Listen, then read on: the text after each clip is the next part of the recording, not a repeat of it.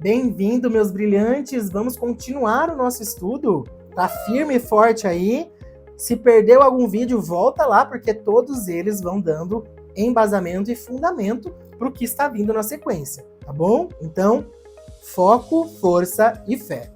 Bora para o nosso livro? Edgar Cayce, A Esfinge e as Salas dos Registros. Considero extremamente interessante que a esfinge esteja causando essa mudança, especialmente na visão do que AR, Association for Research and Enlightenment, meu inglês, tem afirmado. A AR, ou ARE, uma fundação construída em torno dos ensinamentos do profeta adormecido, Edgar Cayce, afirma que a esfinge contém a entrada para a sala dos registros. Eu já ouvi falar sobre isso, hein? A sala dos registros é uma suposta câmara subterrânea que conferia provas materiais de antigas civilizações superiores da Terra. Cayce é um profeta muito interessante. Ele fez cerca de 14 mil predições durante a vida.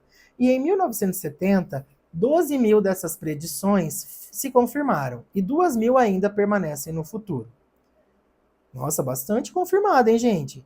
E em todas essas predições, ele cometeu apenas um único erro insignificante. Em um total de 12 mil predições, isso é incrível. Quase é possível perdoá-lo pelo único erro. Ele recebeu uma carta de um homem da França pedindo-lhe que fizesse uma predição sobre seu estado de saúde. Mas Cayce erroneamente fez uma predição sobre o estado de saúde do irmão gêmeo do consulente. Esse foi o único erro que cometeu. Todas as outras predições se realizaram exatamente como Cayce previra, até 1972. Entretanto, depois de 72, começaram a suceder os erros, e vou explicar o porquê dessa data.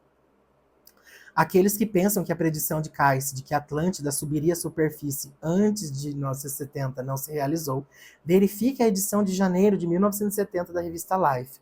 Algumas ilhas realmente apareceram na superfície, na área onde Cayce disse que a Atlântida se localizava. Algumas afundaram novamente e algumas continuam acima da superfície da água atualmente. De acordo com Cayce, a pata direita da esfinge, eu já quero pegar meu avião, ir lá abrir essa pata e acessar esses registros. Por que tem toda essa segurança? Ninguém consegue acessar. Eu, hein? Bora partir o Egito lá, à noite a gente entra, pega uma escavadeira, minha filha. Faz a revolução. De acordo com Cayce, a pata direita da esfinge guarda a abertura para a sala de registros. Tanto Toth quanto Cayce afirmaram que existem objetos materiais escondidos em um aposento subterrâneo próximo à esfinge, que provam, sem sombra de dúvida, que houve culturas avançadas no planeta muito antes do tempo de nós. Toth afirma que esses objetos provam a existência dessa cultura avançadas em um passado que remonta a 5,5 milhões de anos. Nossa, gente. Em comparação a nosso nível de cultura, não passa de uma criança em face dessas culturas antigas, verdade? Na verdade, de acordo com Toth, a civilização sobre esse planeta estende-se até 500 milhões de anos atrás.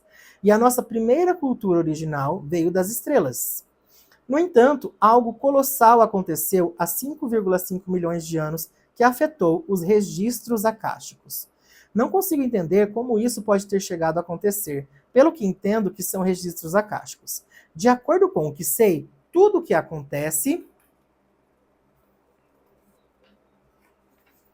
Ai, meu Deus, eu tô ansioso!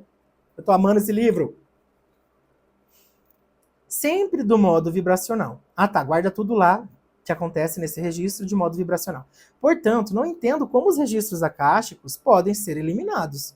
Ainda assim, é o que me disseram que aconteceu. Eita, saravá. Olha aqui os hieróglifos de Toth. É esse aqui, ó. Com cabeça de... Ele já apareceu para mim numa leitura de uma mesa arturiana que eu fiz de uma moça, e ela era da religião eubiose, que é tipo uma filosofia, e o guardião dela era um trabalhador de Toth. Ele veio justamente com essa cabeça aqui de pássaro e com esse corpo. Eu levei um susto, menina. Falei, gente, saravá, o que é isso? E a energia maravilhosa. Quem é Toth? O que vocês veem nessa ilustração 10 são hieróglifos egípcios. Tudo que se vê na imagem são hieróglifos, não simplesmente as imagens do alto. Tudo é hieróglifo. Significa escrita desenhada. Escrita sagrada. Esses hieróglifos estão desenhados sobre papiro, que se acredita ter sido o primeiro tipo de papel do mundo. A pessoa retratada aqui é um homem de nome Thoth, pronunciado com um O longo. Thoth. Algumas pessoas dizem Thoth, mas ele se pronuncia Thoth. É um O mais arrastado, Thoth. Os hieróglifos mostram sua cabeça como a de uma ibis, uma ave aquática de um bico longo recurvo. Assim, sempre que vir esse homem de ombros largos e uma estranha cabeça de ave, é um hieróglifo retratando esse ser em especial, Thoth. Ele segura canas de papiro porque foi a pessoa que introduziu a escrita no mundo. Olha, saravá o Thoth. A introdução da escrita foi um acontecimento profundamente importante, provavelmente o ato mais influente que jamais aconteceu nesse planeta. Olha aqui o bicho Ibis, ó. Ele tem cabeça desse bicho aqui, ó.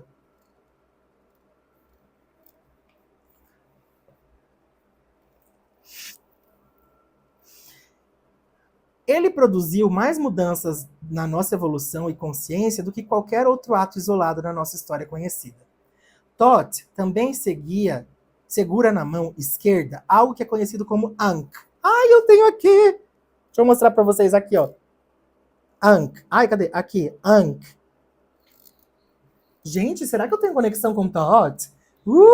Eu quero saber! Gente, eu adoro isso! Desculpa meus surtos, mas eu amo estudar sobre Egito e sobre os mistérios que a gente ainda não tem acesso. Quer dizer, tá tendo agora, né? Ok.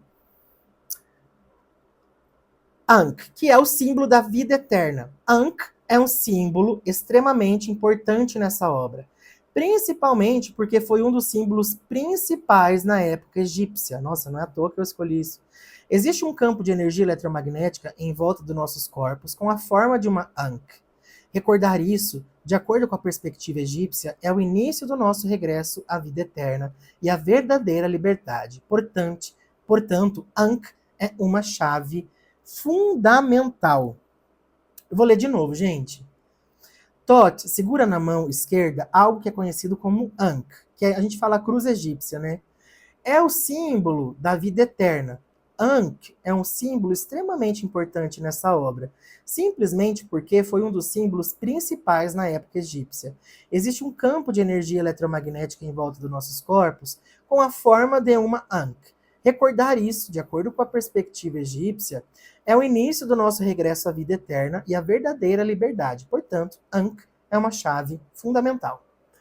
Todas essas informações são uma introdução. Vou saltar de uma parte para outra, tratando de assuntos distintos que aparentemente não estão relacionados. Mas depois, pouco a pouco, à medida que progredirmos, vou reuni-los todos em uma imagem coerente. Aqui é outra imagem do Thoth, escrevendo, né? Ele que trouxe a escrita. Por ser considerado o inventor da escrita, Thoth é sempre representado com um rolo de papiro e um pincel, cópia de uma escultura na parede. Na minha segunda viagem ao Egito, fui a todos os lugares em busca dessa avezinha chamada Ibis. Supostamente, elas viviam entre os juncos. Aqui, ó, lá na parede, aqui, Thoth escrevendo. Ó. Aqui é o Thoth, aqui é o pincel, e aqui ele está escrevendo. E aqui tem alguém saravando ele ali, ó.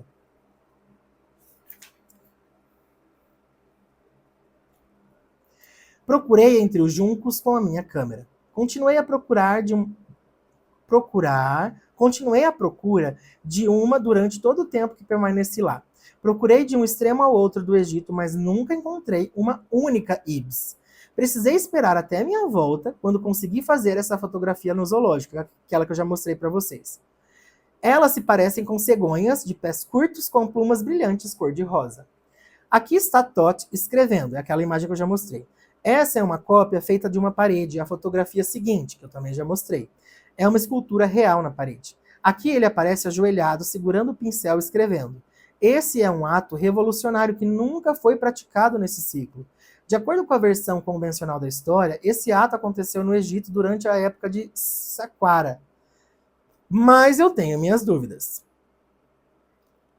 Saqqara foi construída durante a primeira dinastia, aproximadamente 3.000 anos e 300 a.C. Quando falarmos sobre as pirâmides serem mais velhas do que Saqqara, compreenderão o motivo pelo qual acredito nisso. Minha história. O começo em Berkeley. Alguns de vocês podem não admitir a possibilidade da comunicação com seres em outros níveis dimensionais. Mas foi isso que me aconteceu na minha vida. Não é algo que pedi, simplesmente aconteceu.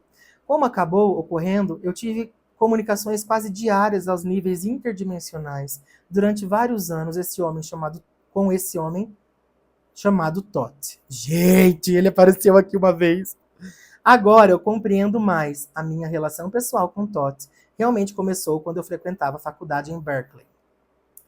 Estudei física como opção secundária em matemática, até quando faltava pouco para receber o diploma. Precisava apenas de mais um trimestre para me formar. Então decidi que não queria o diploma, porque descobrira algo que os físicos que me... Peraí que eu fui arrumar o vídeo e me perdi. Porque descobrira algo sobre os físicos que me afastou da ideia de dedicar-me a uma ciência que eu acreditava não ser ciência de forma alguma. Atualmente, tudo está mudando. Esse assunto em si daria um livro, mas a razão disso estar relacionada à mesma coisa que eu disse sobre os arqueólogos. Os físicos, assim como os arqueólogos, dão as costas para a verdade se ela representar uma mudança radical e veloz. Talvez, na verdade, isso faça parte da natureza humana. Então, passei para o outro lado do meu cérebro e me formei em Belas Artes. E meus professores achavam que eu estava maluco. Quer desistir de um diploma de física? Indagavam. Mas eu não precisava dele, eu não o queria. Então, para me formar, precisei passar por mais 2 anos estudando Belas Artes e História da Arte.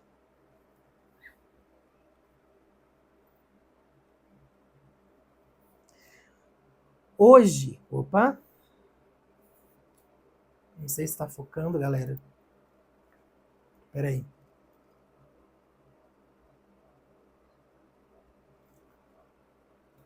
Hoje, a mudança de curso fez sentido.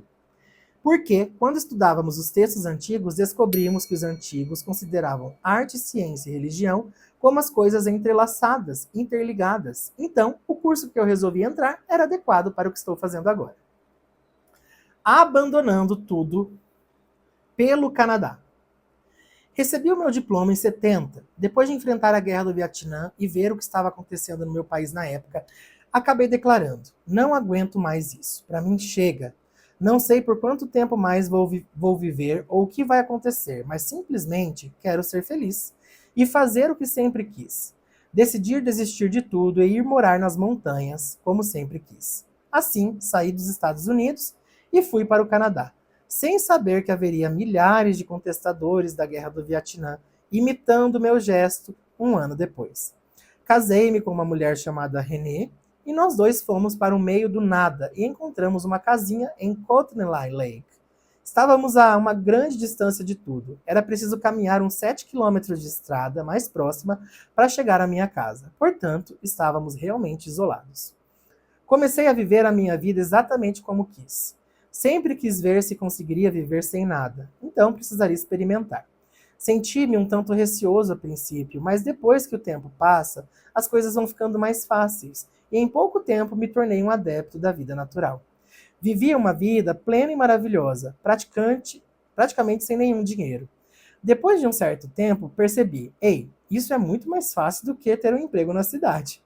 Precisava dar duro por apenas umas 3 horas por dia, depois tinha o resto do dia de folga.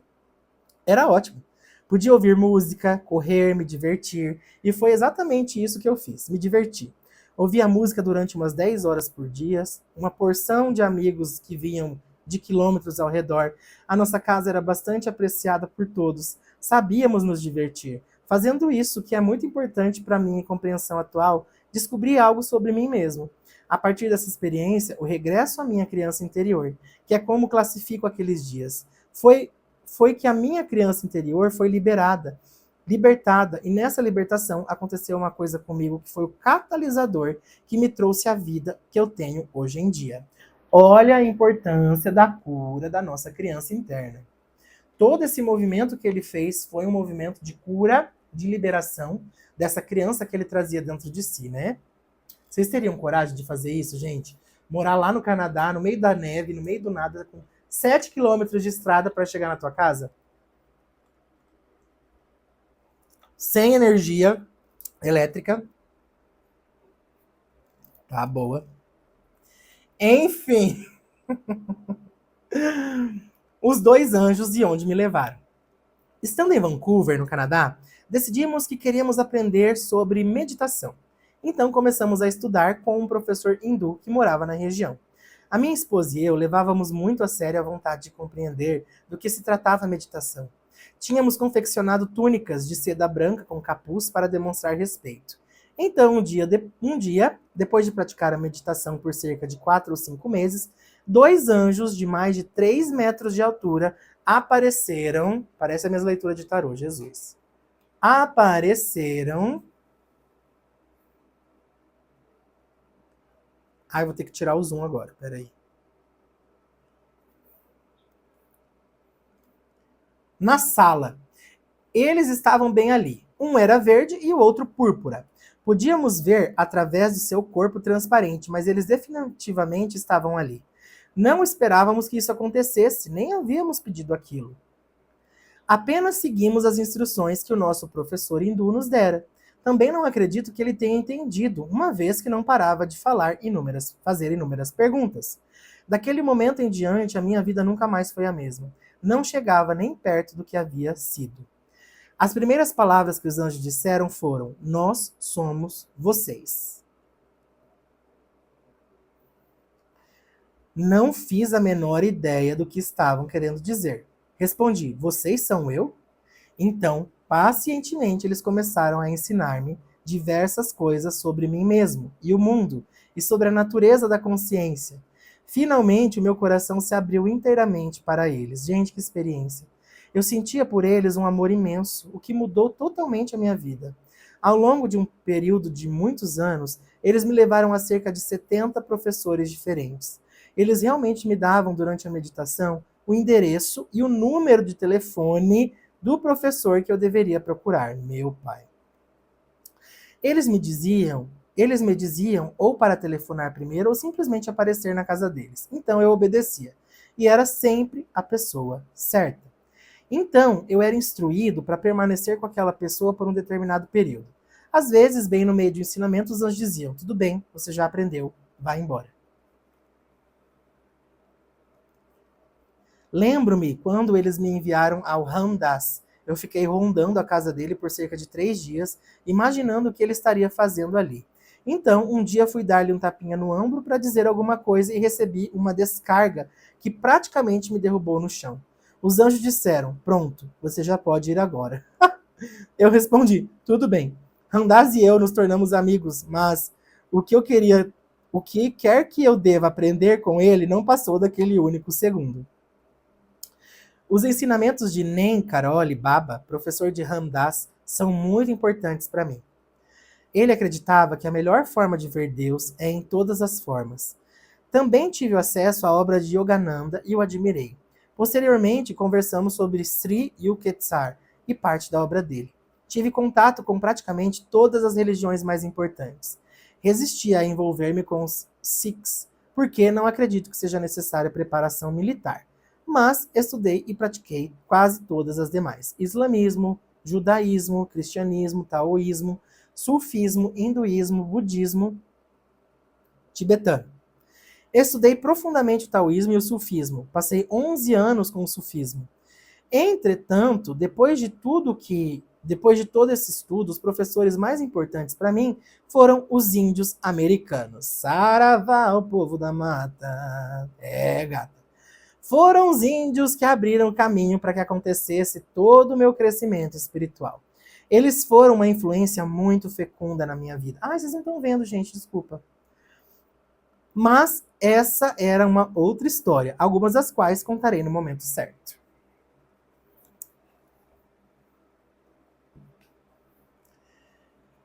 Todas as religiões do mundo falam sobre a mesma realidade. Elas usam palavras diferentes, conceitos, ideias diferentes, mas na verdade existe apenas uma realidade. E existe apenas um espírito que atravessa todas as formas de vida. Pode haver técnicas diferentes para chegar a diferentes estados de consciência, mas existe apenas o que é real. E quando chegar lá, você saberá.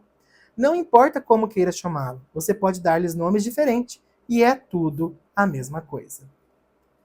Alquimia e a primeira aparição de Thoth. Será que a gente começa esse, gente? Vamos deixar para começar essa parte da aparição de Thoth? No próximo, gente. Que eu acho que isso aqui vai render, viu? Começa aqui, aí fala da aparição de Thoth, o Atlante. Entra nas geometrias sagradas, aí esse estudo aqui vai ser maior, a gente vai fazer ele até o final. Para começar o capítulo 2. Pode ser, galera? Então é isso, meus amores. Finalizamos mais um estudo.